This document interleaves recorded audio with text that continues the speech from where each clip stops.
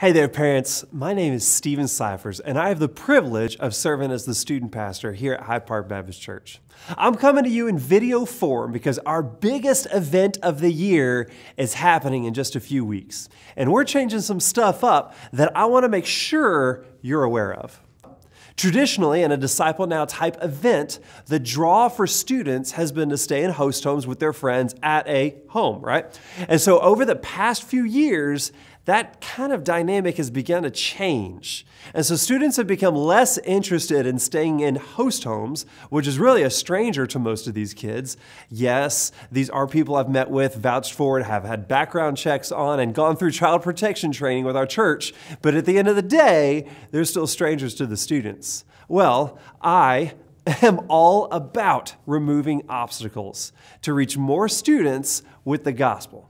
And so if host homes are really a hang-up to someone not being able to come, let's get rid of host homes. So that's the plan for Freedom Weekend 2020 this year. I do still want to encourage students to ask their friends to stay with them in their own homes for that weekend, right? That way, they'll hopefully be more likely to attend more of the at-church rallies. And so here are the benefits we see in this, right?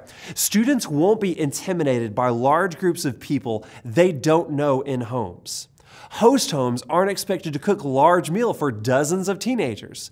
Students that have to miss parts of the weekend won't feel like they have to miss all of it. They can still jump in for the parts they're able to be at. And so we'll still have rec and small group studies. The way we'll orchestrate that is by assigning students to a team color when they check in on Friday night.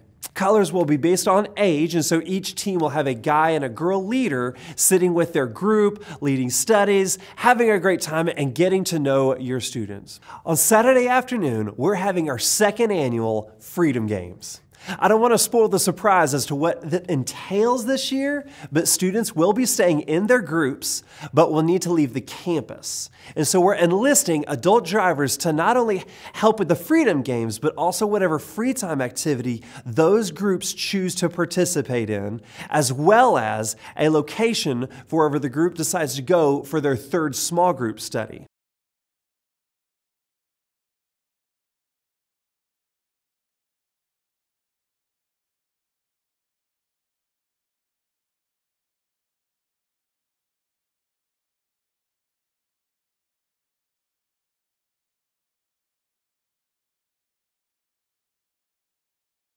The reason I want to mention that is because that is the only time students will be leaving the campus. Drivers will be instructed to have all students back at the Speedway campus by 5:30 p.m. for dinner.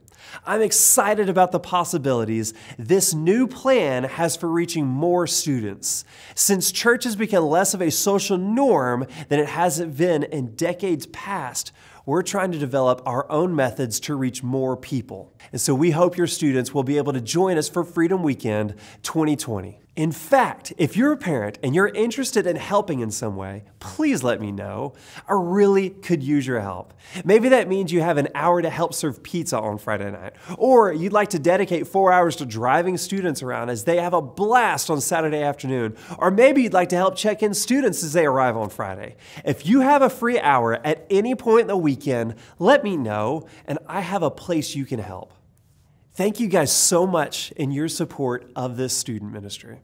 If you have any questions about the new format, what the benefits are of registering, or just any questions the schedule doesn't answer, please let me know. I'm happy to serve and help in any way I can. I'm really looking forward to all that God is going to do in the lives of these students this year at Freedom Weekend.